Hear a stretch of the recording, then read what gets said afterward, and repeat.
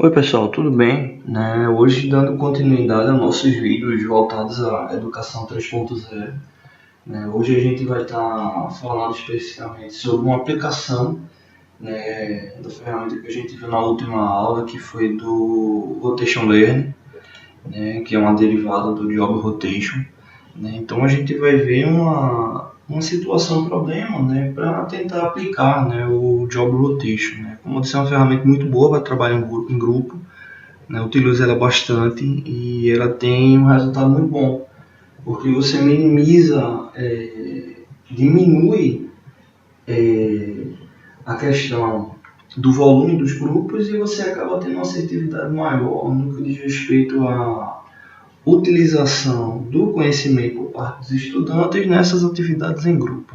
Mas vamos lá, vamos dar uma olhada aí na situação problema.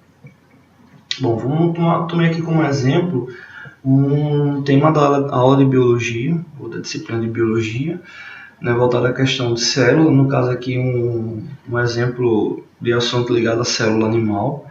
Então veja que, por exemplo, vamos trabalhar esse assunto, célula animal. Olha a quantidade de elementos que a gente tem, de conteúdos, que a gente tem nesse tema. Então, se você utilizar o Job Rotation, ou Rotation Learning nesse conteúdo, você tem vários elementos que podem estar trabalhando, e nesse caso aí fazer uma atividade em grupo bem interessante, onde cada um desses temas aí seria uma aplicação, para atividade em grupo. Aí você pergunta de, poxa, mas quantos grupos é que eu vou estar formando? Aí vai muito da quantidade de alunos que você vai ter, e também ver como é que está a dinâmica já dessa turma, que é uma turma mais recente, é uma turma que já está junto há muito tempo, para ter um melhor rendimento. Quando você tem muitos grupos, eu trabalho no máximo com 8 grupos. Então, passar de 8 grupos já fica... Não é que fica cansativo para eles, fica muito cansativo para o professor que está fazendo a atividade com eles. Então, uma coisa aí para também o professor tomar cuidado para não usar a ferramenta e ela ficar cansativa ou até frustrada para o professor pelo desempenho que ele vai ter na execução da mesma. Bom, então aí o tema que a gente está propondo, no caso, nesse exemplo, o tema é esse, célula animal. Então a gente vai estar trabalhando com os grupos, selecionando alguns desses elementos ou todos os elementos, dependendo da dinâmica aí que você queira trabalhar. Então a primeira etapa da atividade é justamente a divisão dos grupos.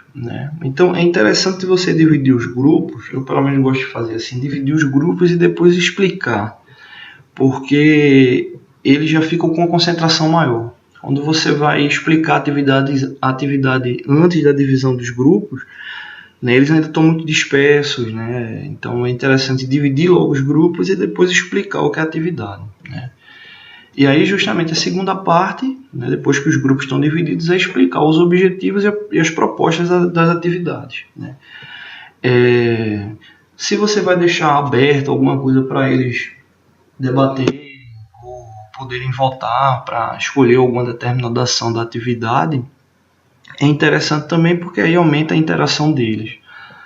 Mas se você, por exemplo, for uma atividade que você vai fazer em um único dia, essa atividade do Rotation Learning você pode fazer em mais de um dia, como você fazer a divisão dependendo do conteúdo programado que você vai estar querendo trabalhar e fazer ela em partes. Então, se você vai trabalhar ela em um único dia, pode ser que não precise dar tanta abertura para eles estarem escolhendo alguma coisa, mas se for uma atividade maior e você queira manter a atenção deles, é interessante fazer essa divisão junto com eles aí, explicar, ver também o que eles acham da atividade, o que eles podem estar contribuindo. Mas o segundo momento é esse, dar os objetivos e as propostas. No nosso caso, o que a gente nessa situação, problema que a gente está mostrando, o nosso objetivo é justamente que cada grupo eles trabalhem, eles vão trabalhar os elementos, Vamos colocar aí um exemplo, um grupo são 6 grupos, e aí vão ser 6 temas lá sorteados. que cada grupo vai estar trabalhando, e lembrando que o grupo ele vai estar iniciando com um tema, mas eu vou ter que estar passando para eles um tempo específico que eles vão ficar com esse tema. Então, depois desse tempo específico, né, vamos colocar aí 15 minutos. Depois de 15 minutos, esse tema ele vai rodar, né, que é o foco da atividade. Né? Então, se um estava lá com mitocôndrias, esse mitocôndrias vai para um outro grupo e esse grupo que estava com mitocôndrias já recebe uma outra, um outro elemento lá da célula animal para estar estudando.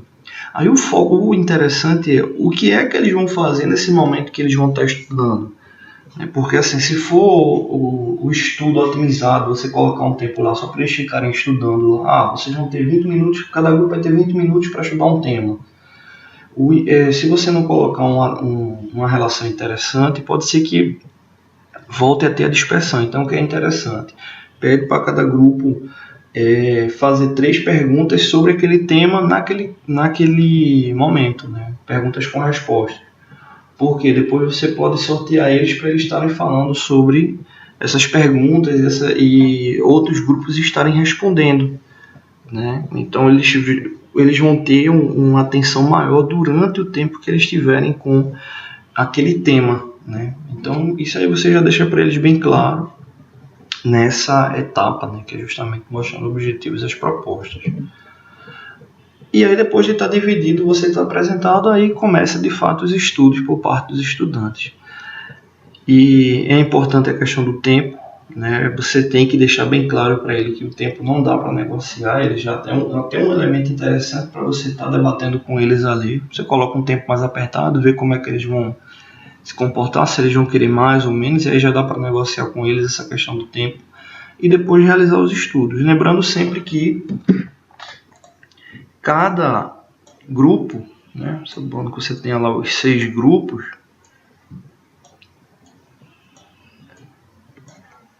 cada grupo vai iniciar com um tema e aquele tema ele vai ficar rotacionando, né? Então cada grupo vai iniciar com um tema e esse tema ele vai ser rotativo até que todos os grupos tenham visto todos os temas. E aí vem a pergunta, né? Poxa, como é que eles vão estudar? Se você tiver laboratório de informática, é uma boa, você pode deixar a pesquisa livre para eles com base no tema. Se for difícil a questão do laboratório, utilizar livros, ou já fazer previamente algumas anotações com eles nos cadernos mesmo, ou entregar arquivos impressos para eles poderem ter a base para eles estudarem naquele tempo. Se não tiver uma base certa para onde eles vão estar estudando naquele tempo, alguns grupos podem ficar mais perdidos, né? E poxa, onde é que eu vou tirar as informações que o professor está propondo agora, com base nesse tempo e com base nesse assunto? Então é interessante já pensar nisso, né? Se vai ser no laboratório de informática, se vai ser com o livro didático da unidade curricular, se vai ser anotação, se vai ser algo impresso, se eles vão pesquisar pelo celular, né? Então é uma coisa que tem que ficar aí já bem alinhado, né? Então o foco é ter esse tempo determinado e que cada grupo passe aquele tempo com aquela atividade e que eles atendam um objetivo informado. Nesse caso aí, para mim, seriam 3 perguntas com respostas que cada um grupo iria elaborar ali naqueles 15, 20 minutos. Sabendo que aquelas perguntas com respostas, depois teria um novo sorteio e eles iriam perguntar a outro grupo ou até para a sala toda, tá bom? Bom, depois que eles terminarem de fazer a rotação das informações, e no caso aqui que eu estou propondo fazer as perguntas, aí a gente iria para o segundo sorteio, né? A gente tem o sorteio... não foi nem um sorteio, né? A gente fez a divisão dos grupos e agora iria para um sorteio das atividades. Então, o que a gente poderia fazer? Cada grupo, como passou por cada uma das atividades, a gente iria agora definir de fato. O grupo A vai ficar com mitocôndrias, o grupo B vai ficar com o complexo de Golgi, enfim, cada grupo ficar já com uma determinada. E aí é interessante por quê? O grupo que fica com determinada informação, ele tem a certeza que todos os outros grupos passaram por aquela informação. Então pode ser que tenham grupos que estejam mais afiados naquela informação do que eles. Então é por isso que eles têm que ficar bem atentos. Então também você cria uma ação de competitividade entre os grupos bem interessante, porque cada um está passando pelo aquele mesmo tempo, pelo aquele mesmo conteúdo. Então aí você deixa lá fechado já nesse sorteio lá o que cada grupo vai ficar de fato.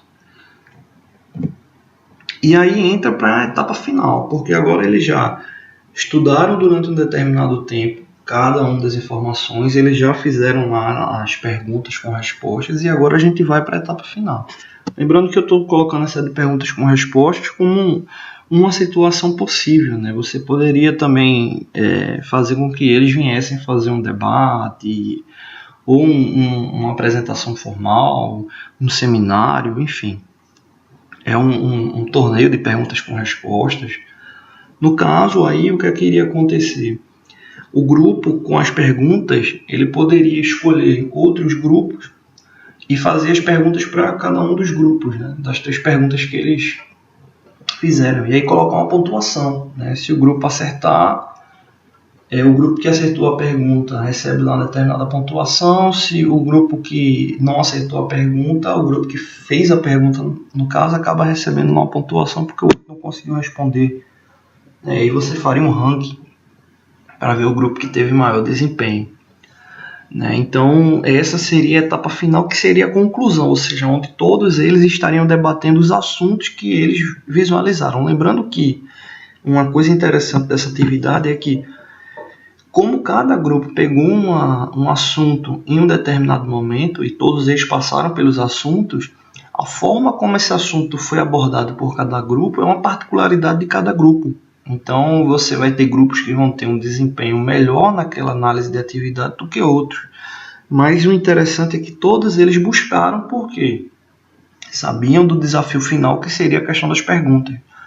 Então quando entra essa questão da competitividade, os participantes dos grupos já ficam com aquele receio de, poxa, como é que eu vou estar me saindo? Então por isso que é interessante essa atividade.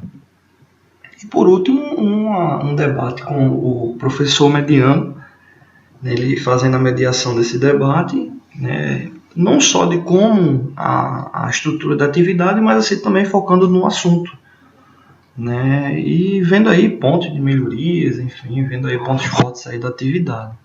Então o Rotation Learning ele tem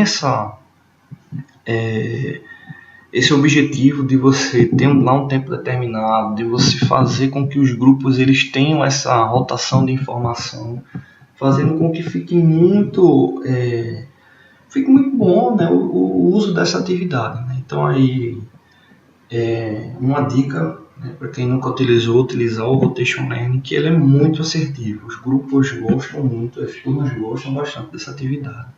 Tá bom? Não deixe de se inscrever no canal, toda semana tem vídeos novos. Valeu!